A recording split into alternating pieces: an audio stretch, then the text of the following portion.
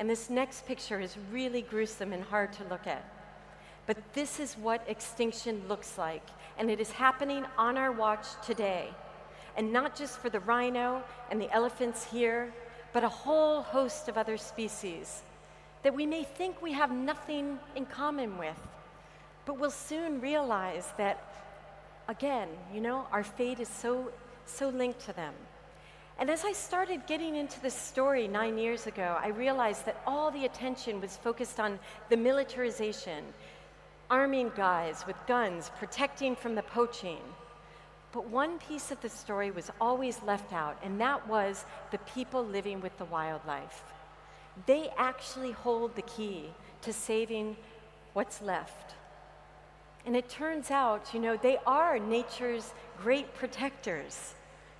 And this is a man named Yusuf with 3 black baby rhinos. It's another species. They were orphaned, and he sleeps with them and protects them and risks his own life. And then this is a group of Samburu men who've never seen a rhinoceros in their life. Like all these tourists come to see wildlife in Africa. But can you imagine the people living right side by side have never seen them because they've become locally extinct? They're only in a few pockets in these parts in northern Kenya. And their big dream is to bring the rhinos back. And I think that as we go forward, we have to talk about the challenges we face on this planet. But we also must talk about the solutions. What are the solutions? Well, I think it's these indigenous communities. This is Kamara and Khalifi, a baby black rhino that he has raised since it was 1 day old. These are the real heroes out there. And now I want to share a story with you. This is a story I've been working on for the last 1.5 years, also in northern Kenya.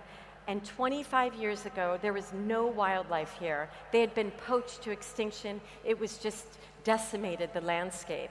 And the people were suffering too, because once you lose these great keystone species, everything else starts to die. We're in this intricate ecosystem, and you take one thing out, nothing survives. Elephants are nature's great engineers because they rip up the trees, which allows grass to grow, and then a whole host of other animals survive. And ultimately, all of us too. The people need the grass. So this is the best story of all. These Samburu, a local community who really had nothing. Their big dream was to become the elephants' great protectors. And when elephants were poached and babies were orphaned, the babies were going to Nairobi and never returning back to their own landscape. And now, against all odds, a minor miracle is happening. This community that once was really afraid of elephants are now taking care of them.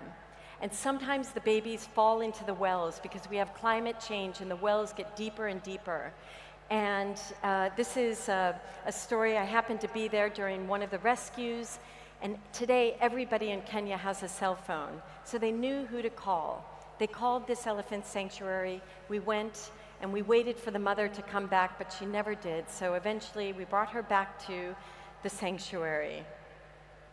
And eventually these elephants will be returned back to the wild, and the great hope is that they'll reunite with their own families again. And elephants are incredibly smart. They have the biggest brain of mammals, and you can really see how intelligent they are. And the other piece of this story, which I love, is this is Mary. She is one of the first female keepers in all of Africa, because women in the past were never allowed to be elephant keepers in these sanctuaries. But today, the women are playing a much greater role.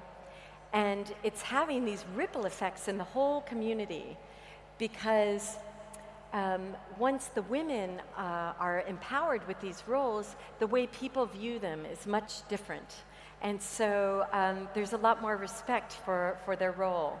And if you look at this story, it really looks like a story about elephants and wildlife, but it's not. It's actually a story about all of us, about our world, about where we're going in our future. And I love it because it's one community with very little, no money, no power, changing the destiny of their future. And I just want to show you some, not everybody can go to Kenya, so I'm also using every medium I can to tell these stories.